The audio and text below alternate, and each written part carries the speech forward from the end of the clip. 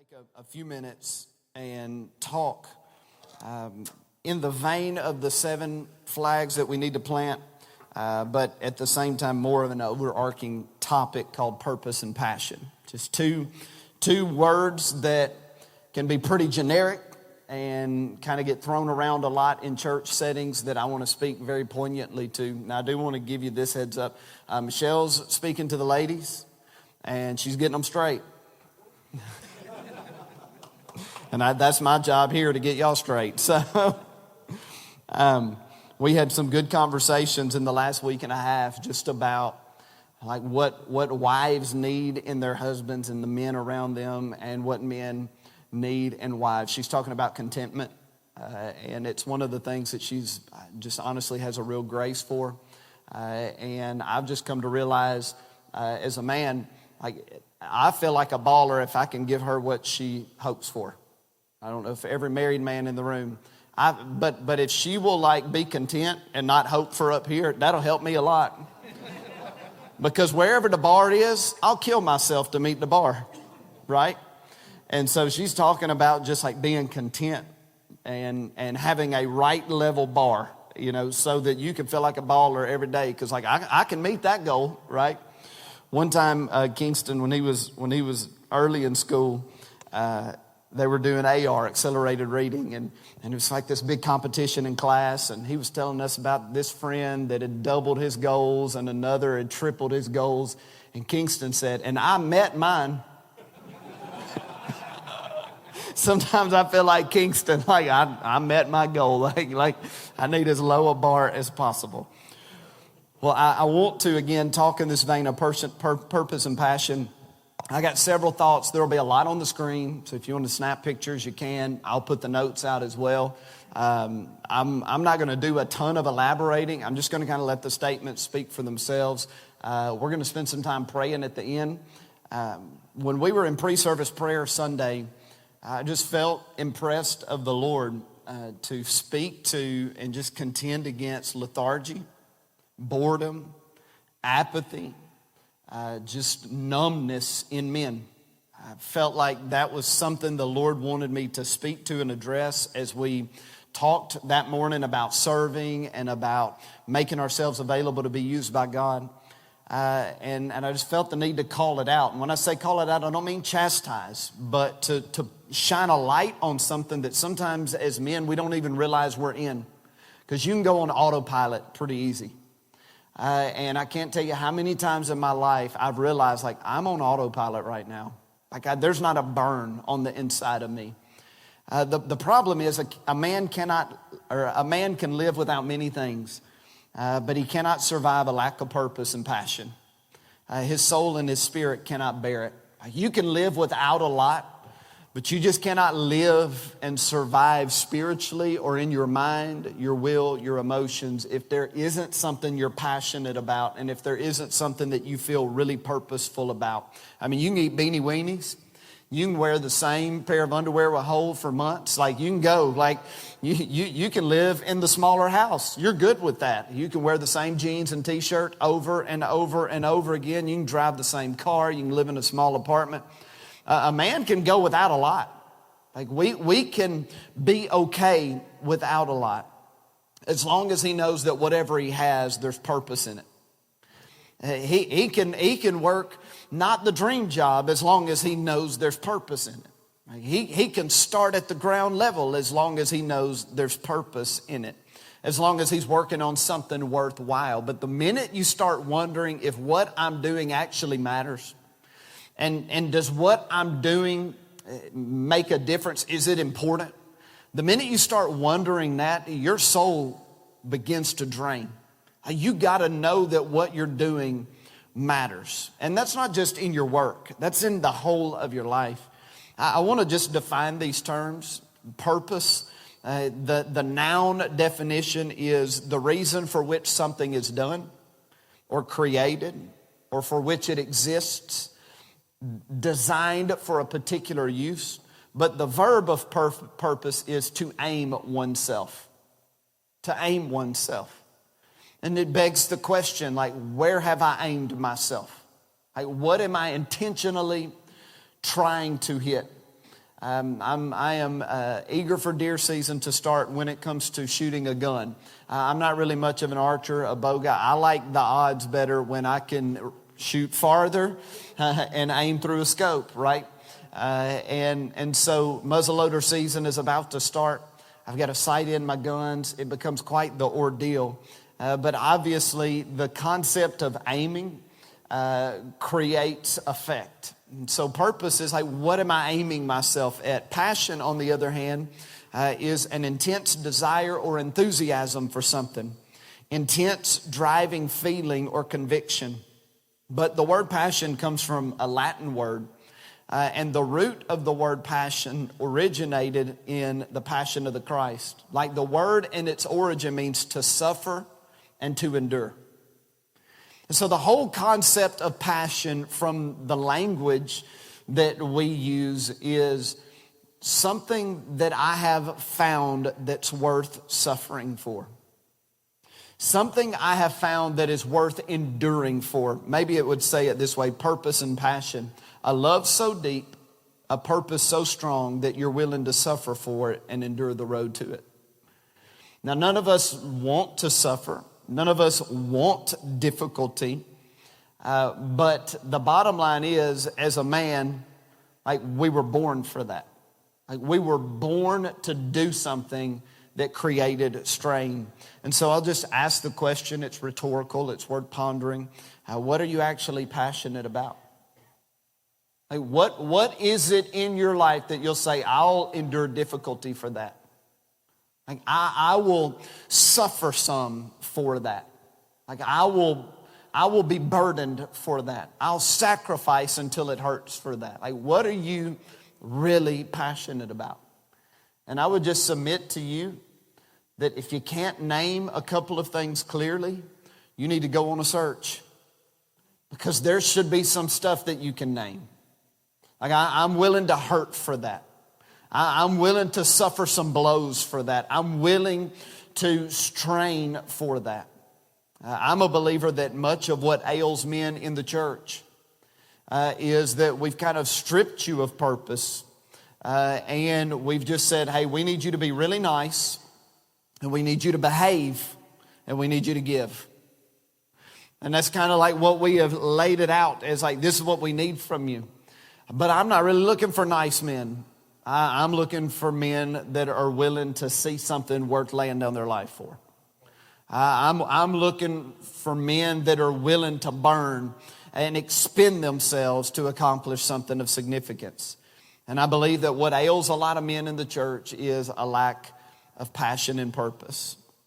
A lack of it. I'll just speak to young men for a moment. And sometimes young men never get started, or they are slow to start, or you've heard failure to launch as a phrase, because there's just a lack of purpose, a lack of like, this is what I want to give my life to. Like, this is what I'm passionate about pursuing and aiming myself at. And I would just say to every young man 25 and below, you got to figure out what that is. Now, I'll just give everybody a cheat. Like, there is one purpose that applies to every person in Christ. It's to bring God glory and expand His glory around the globe. Like, that's every man has that purpose. But that, number one, should be something we're passionate about. And if we're not, we got to figure that out.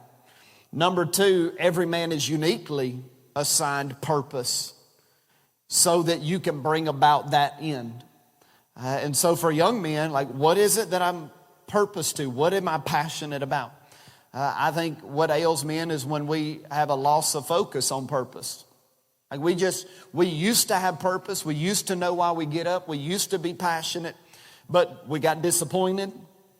We got discouraged. We tried and failed. We gave our best and it didn't turn out. And I've watched a lot of men that on the end of it not quite going the way they thought it would, they live the rest of their life or long durations of time just discouraged, disappointed. And purpose hurts. I thought I was going to be this. I thought I was going to accomplish that, and I didn't. You know, I'll tell you one of my greatest fears. It's a conversation I had with one of our staffers recently. It's one of my greatest fears that I'll get to the end and find out I was not as good as I thought I was. That scares me. Like I think there's certain things I can accomplish. Like I got dreams. I've said it. I want to see 14,000 people that we're impacting a weekend. I want to plant 20 churches. I want to have a school of ministry that we're launching hundreds of young people out into the ministry. I got dreams. You know, my fear is that I'll get to the end and I wasn't as good as I thought I was. And I'll find out when it's all said and done that I fell short of what I hoped. You know, what happens though to a lot of men is along the way, they come across a moment where they're not as good as they thought they were. Now here's the problem. Sometimes our ideas of our peak achievement is not the bar God set. But because we don't see it well and we don't see ourselves well and we don't deal with setback well, we lose focus and we just live in this place of disappointment. I'm a believer that much of what ails men is a numbing of passion. A lot of times what follows disappointment is we just start numbing ourselves. Men that become very fixated on diversion and distraction. Listen, I've said it off and on. I want every man to have hobbies. But your hobbies should never be something you're more excited about than your purpose. Like your hobby should not get more of your time, emotion, and energy than your purpose does. That's called diversion. That's called distraction. And you will not survive in your soul and spirit if your hobbies get more zeal than your purpose. It just doesn't work that way. We're not built that way. We're not wired that way. Have your hobbies, but your hobbies are a respite from purpose. Your hobbies are a recharge. Your hobbies are something that replenishes your spirit, but they cannot be everything. Another thing that happens is we have misdirected purpose and passion. We don't spend time in prayer. We're not engaged in the presence of God. And so we are passionate about or we pursue the wrong things. Like we're pursuing stuff instead of impact. Another thing that happens is unprotected purpose and passion. We're busy. We spread ourselves thin. We don't manage our bandwidth well. And so we expend ourselves in a million different directions. And so we don't have the energy to point in the things that matter most.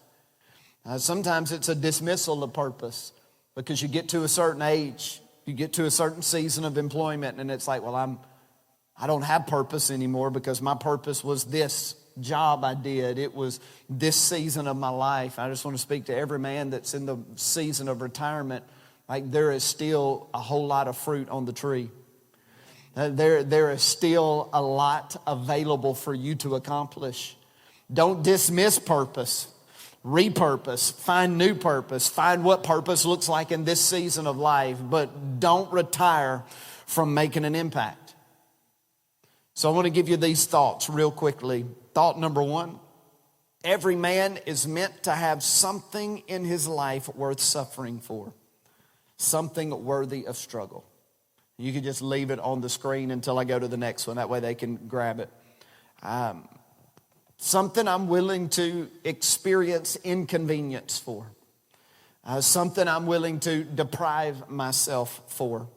I mean, for the men that are married and have a family, that's the low-hanging fruit. Like, I'll suffer for them.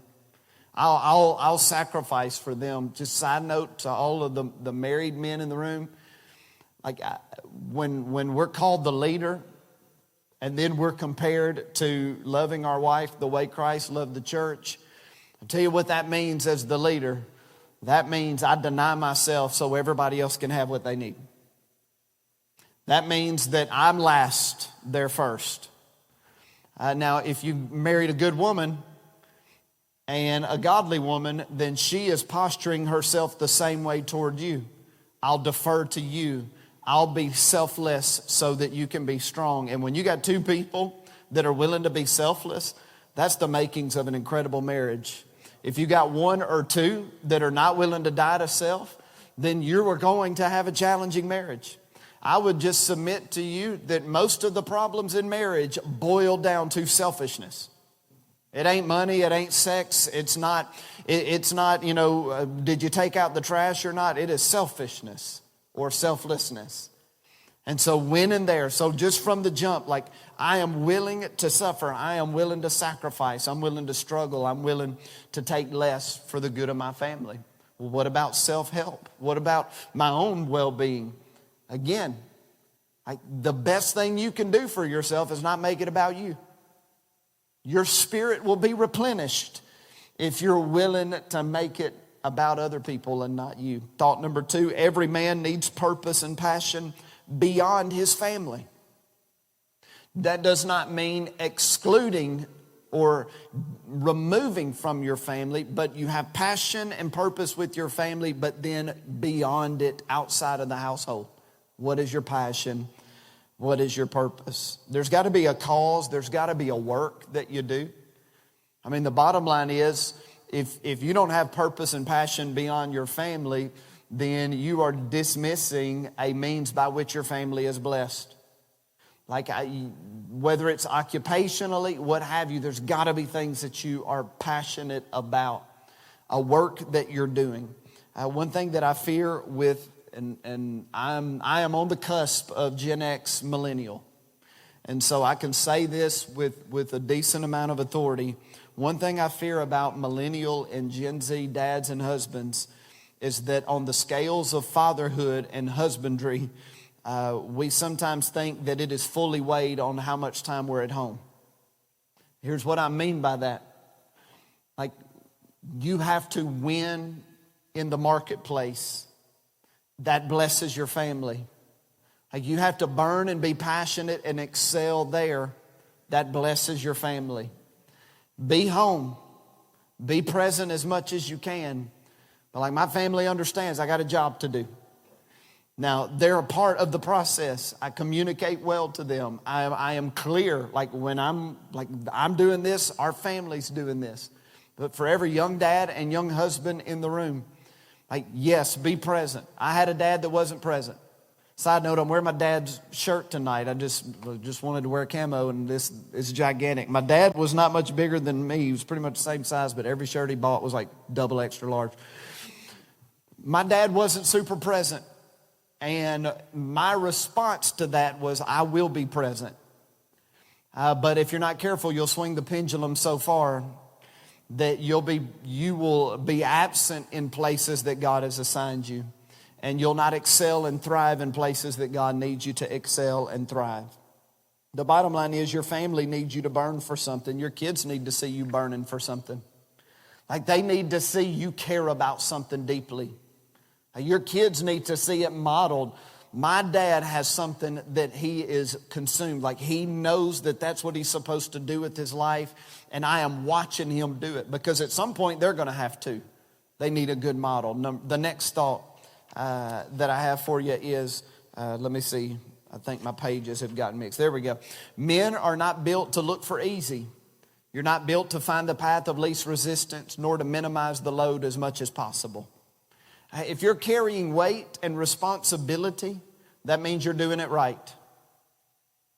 If you got a little pressure, that means you're doing it right. Like, there needs to be something in a man that embraces the idea that I have some pressure on me. Like, I have some weight that I'm responsible for carrying. If you're not married, that applies to you still. Like, there is a value in a man knowing like somebody's counting on me. And there's a strain, there's a stress in that. Not all stress is bad. And what I mean by that is, like, we can become stressed out because internally we don't handle weight well. But outside things expecting us to perform, expecting us to excel, expecting us to be dependable are good for us. And it's noble and it's honorable. And the bottom line is, if we don't embrace that idea, it'll crush us. Like, I wake up on the regular understanding that pastoring this church is a massive responsibility. And it will either crush me or I will see it as an honor. There really is no in between. I'll either see it as an honor. God picked me for this. God built me for this. God gave me this assignment. God chose me for it. And I am honored to do it. Or I'll wake up every day stressed about it. Why do I got this burden to carry? Oh man, everybody's dependent on me. And I will not survive that. Like some of us need a mental shift. Like the stuff that's creating some stress in your life, see it as an honor. God picked me. God entrusted me. My wife believes in me. Like my kids need me to carry this. It'll change your whole disposition. Well, I'm being squeezed a little bit. I'm built for this. I'm not looking to get out of everything that's hard. As a matter of fact, I am determined to do some hard things. One of our staff statements around here is we do difficult things. Like it's just like we're not going to run from it. We're not going to duck it. Like we're going to own it and embrace it with everything that we got. Thought number 4, purpose and passion grows as we steward our present. We have an end game. Everybody starts something with an end in mind. Like I start this job, I start a career, I start a business, I start a family, whatever. You start something with an end in mind that you're working toward, that you got faith for. You see it in your mind. You see it in your faith vision. Like I walk in that sanctuary, I see it full. I was in there today praying. I pray on the high ground in the tears for a while, and then I pray on the floor because I'm praying on the ground level. Like I'm very symbolic that way. But I'll walk the top declaring over the high ground of that room. But when I see that room, I see it full. But it ain't full right now. So I got to steward what I'm in. And if I live constantly disappointed or frustrated that it's not full, I will fail to steward what I got right in front of me. And so we got to see purpose and fan passion right here where we are.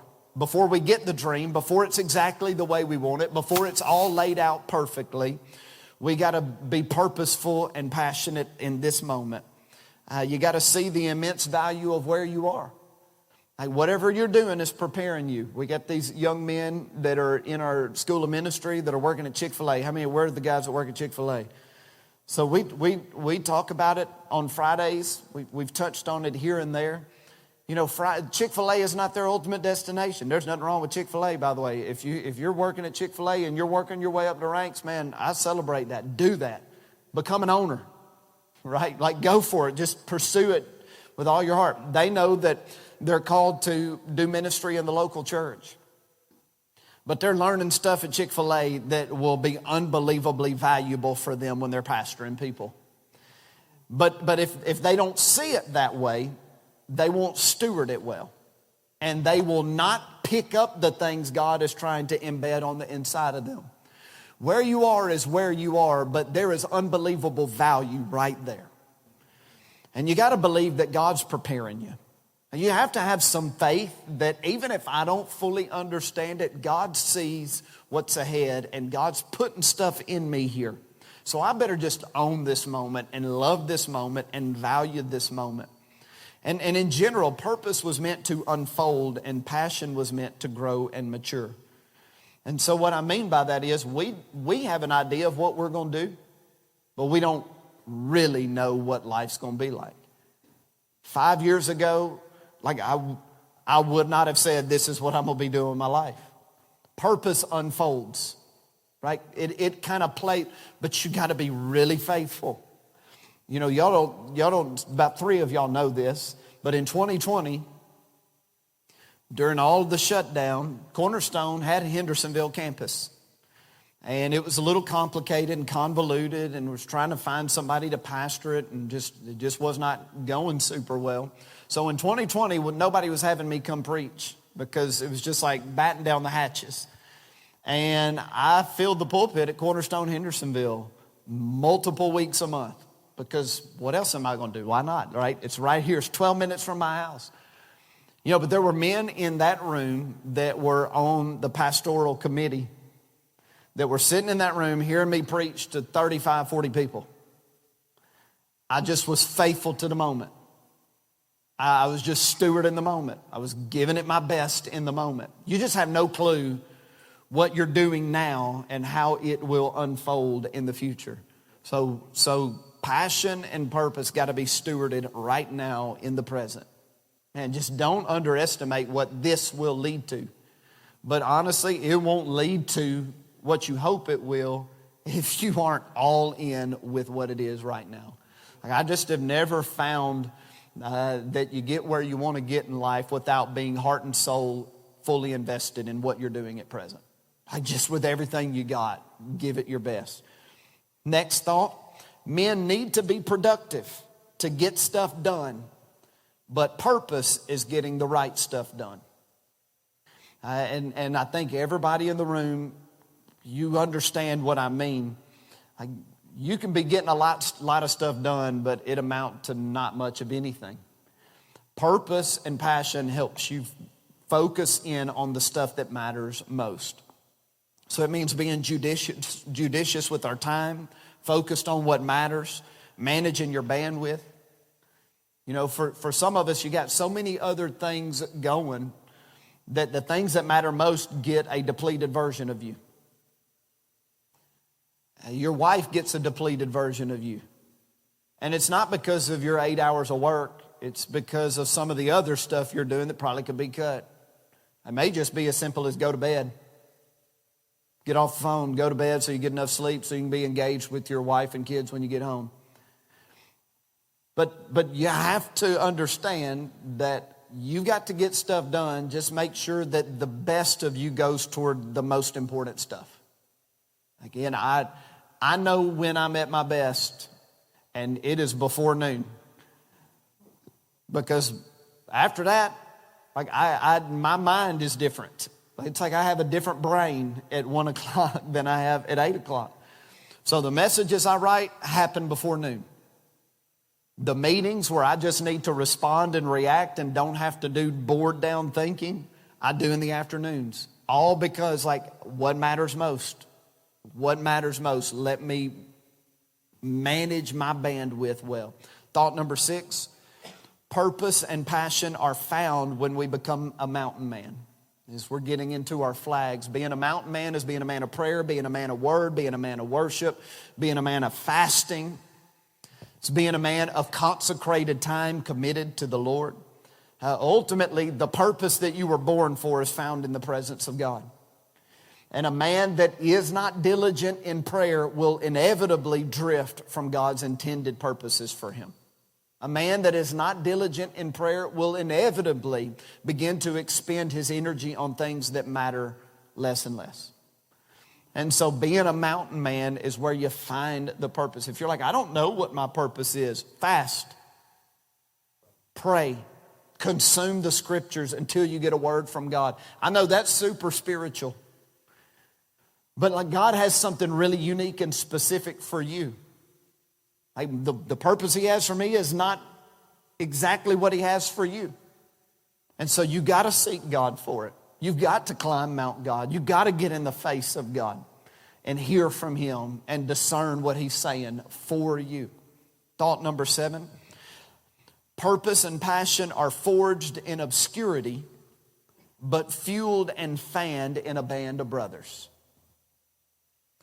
When I say forged in obscurity, I'm mindful of David in the Old Testament. David was forged in the shepherd's field. I mean, he was forged standing in the valley alone, face to face with Goliath, right? Like those were significant moments when it was just him. And there is a percentage of you that has to be built in private. It has to be built in isolation or solitude. Isolation is probably the negative of solitude. That has to be built in you working on yourself in the presence of God. But it was only once David had a band of mighty men surrounding him that he took the throne. Okay. There was some stuff on his life that could not be accomplished until there was a group of men that rallied around him to help him accomplish it. He could not take Jerusalem by himself. Like when it came time to take the holy city and the Jebusites were there and they're saying this city is so impenetrable, you will never get up here. We even put blind people on the wall, lame people on the wall because you can't get up here. Well, David was not going to get it, but he had some mighty men around him. He had a band of brothers that said, what do you want us to do? And he said, well, there's a gutter. Can we go up that? And they said, yes, let's go. Man, when you got some men that'll go through the gutter with you, you'll take the cities that God intended for you to take. There's some stuff God wants you to do that you can't do until you got some men in your corner that are calling out the best in you, that are affirming and celebrating what's good and right about you. If you don't have 3 or 4 dudes that are telling you, I see you, this is what's good about you, this is what you can accomplish, then you need to find them. Well, nobody talks to me. Find them. Own your future and find some men. If you're like, well, nobody will be that for me. Well, be that for somebody else. You'll be amazed at how encouragement, it magnetizes encouragement. Well, I need an encourager. Become an encourager. Man, you'll find some dudes that'll encourage you if you become one of those. Number 8, we must slay the dragon of apathy, lethargy, numbness, and boredom. When we talk about slaying the dragon, that's that thing that the enemy tries to attack you with, attached to you. That assault, that strategy of the enemy. And I'm convinced that one of the great tactics of the enemy toward men, especially men in the church, is to lull us into apathy, lull us into boredom, lull us into distraction. To just lull us into living and existing. And my suspicion is there's some men in the room that you're living up to the song, everybody's working for the weekend. Like that's kind of your internal motto. I'm just trying to get to Friday afternoon. And I'm not saying you're a bad man. I'm just saying you were born for that, and it's the bait of Satan to work for the weekend. It's the enticement of the enemy to lull you into just like, I'm just trying to get to the spot of the week where I can relax. Instead of, I want to burn in my heart with passion and purpose all week long. If you're in that spot, I'm not chastising you. I'm not criticizing you. I'm telling you, let's break that off of you. Because Mondays can be great. Tuesdays can be glorious. Wednesdays can be life-filled. Like it doesn't have to just be when I get done with my week. That's a sad existence. I'll tell you, I find myself, this thing, like I find myself like battling this. You know, for some of us, it's just like the weight. We don't like the weight. The weight is so cumbersome of responsibility that it's just like, I'm just trying to, in some way, medicate myself, distract myself till I can get some relief. I'll just kind of be transparent. My 2 hardest days of the week are Tuesday and Wednesday. I can't articulate why. I can't explain why. Tuesdays and Wednesdays, I wake up heavy. It's just what happens. I don't know why. I've come to recognize it. Today, I was like, I'm not living with this. Like, I'm not living with a wrong weight on me. I think I just want to, some of you, this is a sidetrack, but some of you, there's a couple moments of your week that feel heavy. You know, when I wake up on Sunday mornings, this is what purpose feels like, by the way. People used to ask me, like, are you excited? When it was time to do youth camp, like, are you excited? And I was like, that is the last thing I'm feeling. Like, I'm responsible. I'm focused. It's a heavy weight. When I wake up on Sunday mornings and I get in the shower, and you don't need to make that visual.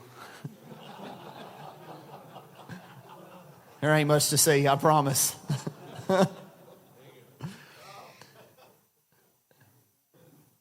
If somebody were to poll me, it would not be, I'm excited. I feel burden. I feel weight. I feel heavy. And like I have to like push through that to find joy, to find meaning, to find life, to find value. I just want to talk to maybe a couple of men in the room. Like there's weight on you and you're struggling with it. Again, diversion. I feel like Holy Spirit sidetracked for a moment. There's weight on some of you. It's heavy. It's depressing. It steals your joy. And I want to believe that tonight is the beginning of that starting to lift.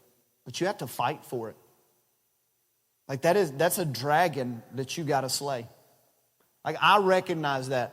When I wake up on Sunday morning, the dragon is like, I'm going to try to subdue you into insecurity, depression. I'm going to try to subdue you into heaviness so that you have a spirit of heaviness. And I have to fight that thing off. On Tuesdays and Wednesdays, I don't know why, I can't articulate why, but I have to fight that thing off. If this is too much transparency for you, if you need me to be perfect and be like happy all the time, then you got the wrong dude. But it's very lived in. And if you feel that kind of stuff, like don't just accept it. Slay that dragon, like fight against that thing. I will not live with that being pervasive. Some of you are pervasively stressed. I talked about burden being good, but you've not figured out how to turn it into an honorable good thing. It's just heavy. I want that to live. Zach, come play, man. Let me push through these last couple. Our purpose must start at home and our family must feel our passion. I touched on this before. Like our family needs to see us passionate about life. They need to see us living. They need to see us with a focus. Again, at some point, our kids are going to be the adults. They need to have seen us alive. They need to have seen Dad alive. Number 10, purpose and passion are purified when they're focused on protecting and serving others. When we have purpose and passion that isn't governed by the well-being of others, as in, it's not about me, it's not self-centered, it is about blessing other people. Purpose and passion can derail us because it can become misguided. But man, when we are conscious of like what God has given me as purpose and passion is for the well-being of other people. It's to lift other people up. It's to strengthen other people. It's to protect other people. It's to serve other people. It's to better the lives of other people. Then you can pursue it with everything you got and it'll be pure. It'll be really pure when it's that. Even if it's to I want to serve my family and bless my family. Man, there's a purity in that. And so there's just a value in being others conscious. Number 11, purpose and passion passed down leaves a perpetual legacy. Again, it's not really about passing down the family business. Because maybe your kids, much to your heartbreak, aren't built by God to carry on the family business. But they need to know what passion and purpose looks like so they can do the thing they were built for. I think we have to be careful on legacy. Like it's our job on legacy is to put the things in them to do the things God has called them to do, not put the things in them so they can do the things we want them to keep going. So they've got to see that. And I'm not as interested in passing down pastoral ministry to my kids. I'm not trying to make my kids pastors. I would not tell them that. I would not put that on them. I just want them to know how to be purposeful and passionate. And then wherever they go, they'll be alive in it. And then number 12, the purpose of God for our lives always leads to hell being raised and God's kingdom come. Anytime we're doing the thing that God wants us to do, the big picture, long-term outcome is people get saved, the earth gets better, righteousness, peace, and joy and the Holy Spirit are in the atmosphere. Humanity is blessed and ministered to. Heaven is populated when we're doing the things that God's called us to do. So we're going to end. I want you to stand up.